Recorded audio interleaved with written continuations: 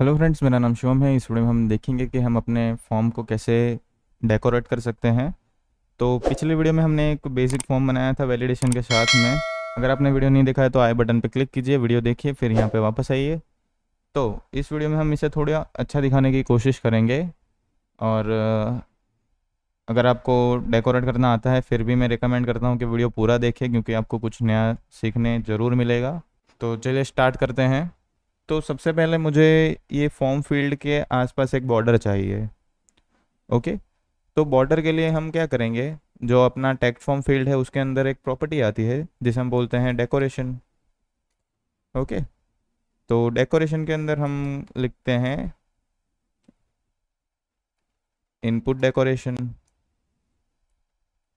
जिसके अंदर हमें एक प्रॉपर्टी मिलती है बॉर्डर। ओके। तो बॉर्डर के लिए हमें लिखना होगा आउटलाइन इनपुट बॉर्डर। ओके। और अगर मैं इसे हॉट रिलोड करता हूँ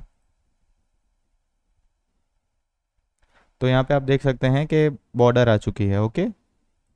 लेकिन वो ठीक से दिख नहीं रही है, क्यों? क्योंकि मैंने यहाँ पे पैडिंग दे के नहीं रखी है। तो पैडिंग देने के लिए हम क्या कर सकते हैं, इस विजेट को रैप कर सकते हैं पैडिंग के साथ। ओके।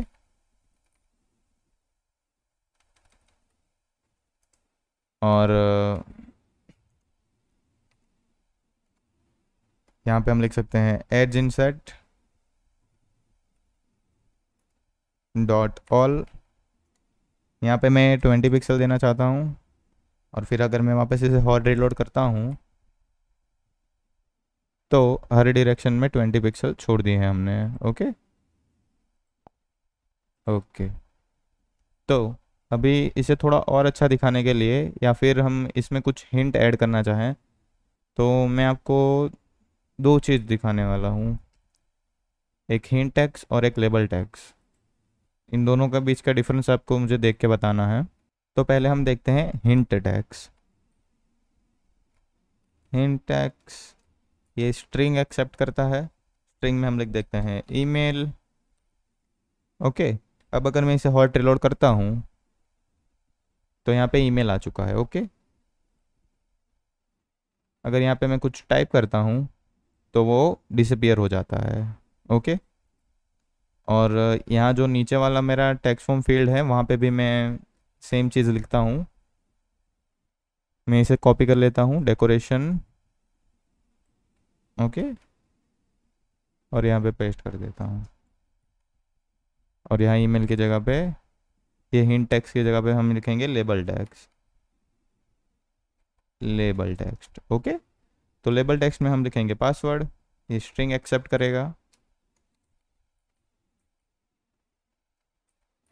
तो हमने पासवर्ड लिख दिया है, हम वापस और रिलोड करते हैं। तो जैसे कि आप देख सकते हैं, अगर मैं यहाँ पे क्लिक करता हूँ तो हमारा जो लेबल है वो यहाँ पे आ जाता है। ओके। अगर मैं टाइप करता हूँ तो भी ये पासवर्ड यहीं पे रहता है। तो यही इन दोनों का डिफरेंस है। ओके। तो अगर आप चाहते हैं तो आप दोनों चीज़ साथ में भी लिख सकते हैं। जैसे कि मैं इसको कॉपी कर लेता हूँ और यहाँ पे पेस्ट करता हूँ। पासवर्ड की जगह पे मैं लिख देता हूँ ईमेल। और हिंट की जगह पे मैं लिख देता हूँ example@abc.com। ओके। तो अगर मैं इसे सेव करता हूँ तो यहाँ पे आप देख सकते हैं, पहले मैं इसे हॉट रीस्टार्ट करता हूँ सब कुछ रीसेट करने के लिए। तो जैसे कि आप देख सकते हैं यहाँ पे मुझे अपना लेबल दिख रहा है, लेबल ईमेल।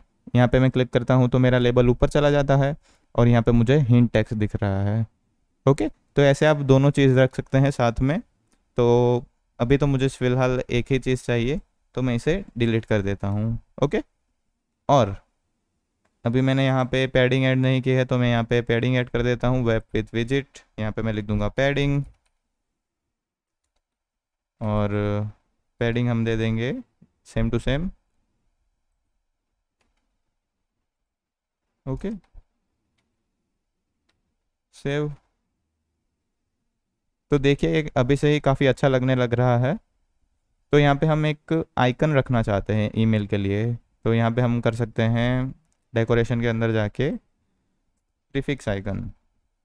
ओके, इसमें हम आइकन विजिट लिखेंगे, आइकन, जिसके अंदर हम पास करेंगे आइकन्स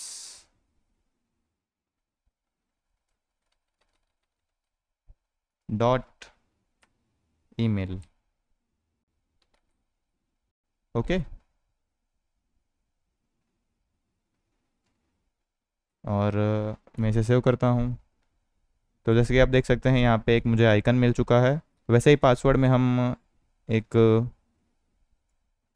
आइकन रखते हैं, prefix icon, prefix icon, icon, icon के अंदर हम लिखेंगे आइकन्स डॉट ब्लॉक।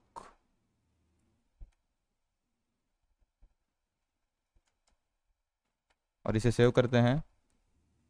तो जैसे कि आप देख सकते हैं यहाँ पे लॉक का सिंबल आ चुका है। तो अभी भी फॉर्म काफ़ी अच्छा लग रहा है। तो अब मैं आपको एक चीज़ दिखाने वाला हूँ जो काफ़ी इम्पोर्टेंट है। और अभी तो हमने यहाँ पे ऊपर कुछ लिखा नहीं है, पर मोस्ट ऑफ द टाइम आप कोई लोगो या फिर टेक्स्ट रखेंगे अपने फॉर्म के ऊपर। ओके, तो यहाँ पे मैं उसे एम्यूलेट करने के लिए खाली जगह छोड़ देता हूँ।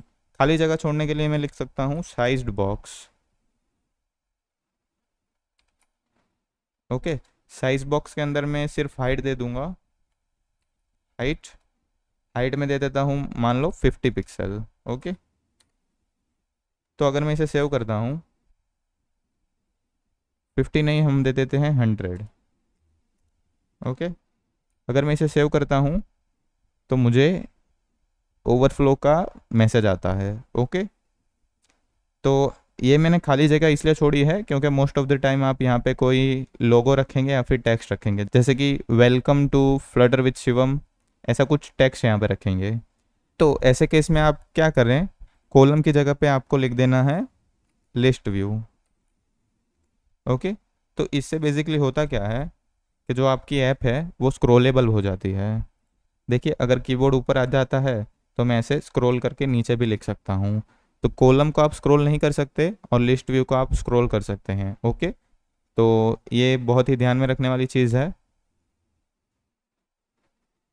ओके, तो अब हमने अपना स्टाइल लगभग कंप्लीट कर लिया है। अभी मैं आपको एक और चीज़ दिखाना चाहता हूँ। तो यहाँ से अभी मैंने जो साइज़ बॉक्स मैंने बनाया है इसे मैं हटा देता हूँ क्योंकि मुझे उसकी ज़रूरत नहीं है। ओके, मेरा फॉर्म वापस ऊपर चला गया है। अगर आप चाहें तो ये साइन अप बटन में भी पैडिंग अप्लाई कर सकते हैं, रैप विथ विजिट, पैडिंग, पैडिंग को कॉपी कीजिए, इसको यहाँ पे जाके पेस्ट कर दीजिए। ओके, तो अब आप देखिए हमने तो बहुत ही बेसिक डेकोरेशन किया है, ज़्यादा कुछ ऐड नहीं किया है, सिर्फ बॉर्डर डाल दी है। लेकिन मोस्ट ऑफ द टाइम आप इससे ज़्यादा डेकोरेशन करते हैं और अगर आपको चेंज करना है तो आप हर टेक्स्ट फॉर्म फील्ड में जाके चेंज करेंगे, जो कि काफ़ी बोरिंग टास्क है। तो इसे थोड़ा सिंप्लीफाई करने के लिए हम कुछ नया ट्राई करेंगे अभी। तो इसके लिए हम क्या करेंगे, तो इसके लिए हम एक ग्लोबल कांस्टेंट बनाएंगे, const input decoration equal to, और ये यहाँ से हम कट कर लेते हैं और यहाँ पे हम पेस्ट कर देते हैं। तो ये हमारा कांस्टेंट बन चुका है। अब जहाँ पे भी हमें इनपुट डेकोरेशन की ज़रूरत होगी यहाँ वहाँ पे हम ये कांस्टेंट पेस्ट कर देंगे। ओके, जैसे कि ये जो हमारा ईमेल वाला टेक्स्ट फॉर्म फील्ड है वहाँ पे जाके हम डेकोरेशन में ये लिख देते हैं इनपुट डेकोरेशन। ओके, अगर मैं इसे सेव करता हूँ तो कुछ चेंज नहीं होता है, सब जैसा का था वैसा ही है। सेम चीज़ मैं यहाँ पे भी करता हूँ, डेकोरेशन में जाके इसको हटा देता हूँ और इसे पेस्ट कर देता हूँ, वापस सेव करता हूँ। तो जैसे कि आप देख सकते हैं यहाँ पे भी ईमेल और ईमेल का आइकन हमें दिख रहा है। तो हर जगह पे तो हम ईमेल नहीं डालेंगे, ऑब्वियस ये बात है। तो कुछ कुछ डिफरेंस होगा, तो उसे हम कांस्टेंट से हटा देते हैं। फॉर एग्जांपल, हमारा जो ये प्रीफिक्स आइकन होगा, ये सबके लिए डिफरेंट होगा, तो इसके लिए हम इसे हटा देते हैं। ओके। और ये जो हमारा लेबल टेक्स्ट होगा, ये भी सबके लिए डिफरेंट होगा, तो हम इसे भी हटा देते हैं। ओके। हमारे पास अभी सिर्फ एक ही लाइन है, पर आप चाहें तो आप बहुत सारी चीज़ अप्लाई कर सकते हैं, देख ही सकते हैं आप। हम अभी बहुत इसे कॉम्प्लिकेटेड नहीं करना चाहते, इसलिए। ओके। तो यूजुअली डेकोरेशन में आपके पास 5-6 लाइन होगी, तो आप इनपुट टेक्स्ट का जो स्टाइल होता है उसे भी चेंज कर सकते हैं।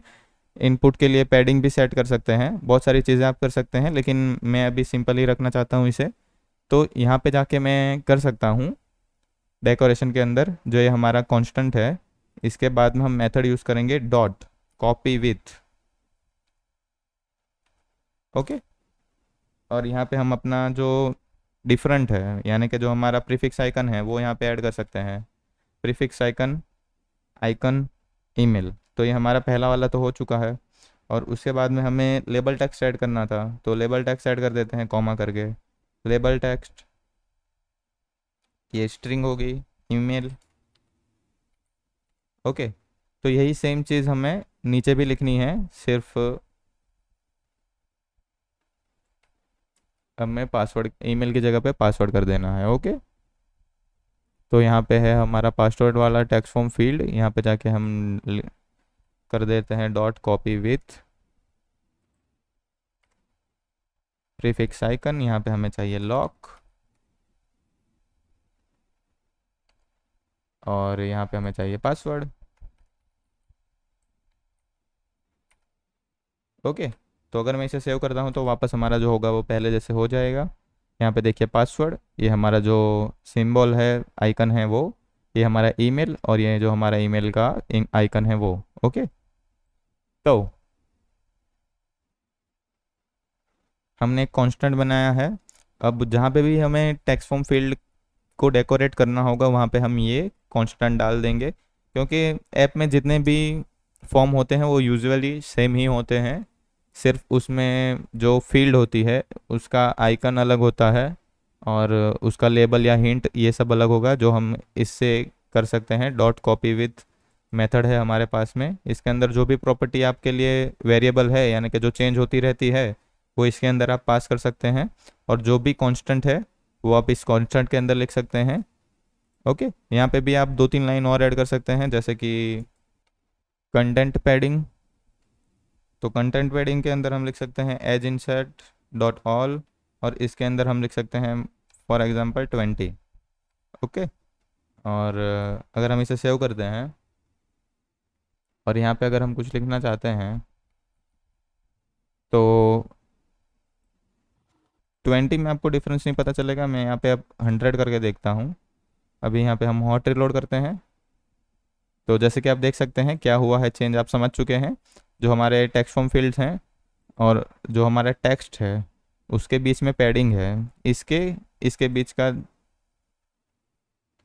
जो पैडिंग है उसे हम कंटेंट पैडिंग बोलते हैं, टेक्स्ट के और टेक्स्ट फॉर्म फील्ड के। और यहाँ से आप ये इस टेक्स्ट की स्टाइल भी बदल सकते हैं, साइज़ भी बदल सकते हैं, आप बहुत कुछ कर सकते हैं।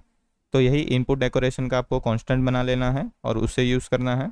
ओके। तो अब मैं इसे हटा देता हूँ, क्योंकि अभी मुझे इसकी ज़रूरत नहीं है। कंटेंट पैडिंग को हम हटा देते हैं और सेव करते हैं। हमारा सिंपल ही काफ़ी अच्छा लग रहा है। ओके। तो वीडियो के अंदर हमने सीखा कि आप अपने फॉर्म को कैसे डेकोरेट कर सकते हैं, और कॉलम की जगह पे लिस्ट व्यू यूज़ करने का क्या बेनिफिट है। आपका जो ऐप होता है वो स्क्रॉलेबल बन जाता है। ओके। और इसके बाद हमने देखा कि आप कैसे इनपुट डेकोरेशन का कांस्टेंट बना के उसे यूज़ कर सकते हैं। तो अगर आपको कोई चेंजेस करने हैं अपने डेकोरेशन में, तो आप एक ही जगह पे चेंज करेंगे तो सारी जगह पे अप्लाई हो जाएगी। और जो भी स्पेसिफिक है, डिफरेंट है हर टेक्स्ट फॉर्म के फील्ड के लिए, वो आप डॉट कॉपी विथ से आप असाइन कर सकते हैं उसे। ओके। जैसे कि हमने प्रीफिक्स आइकन और ये हमारा लेबल टेक्स्ट असाइन किया है। ओके, तो आशा करता हूँ कि आपको वीडियो पसंद आई होगी और समझ में भी आया होगा।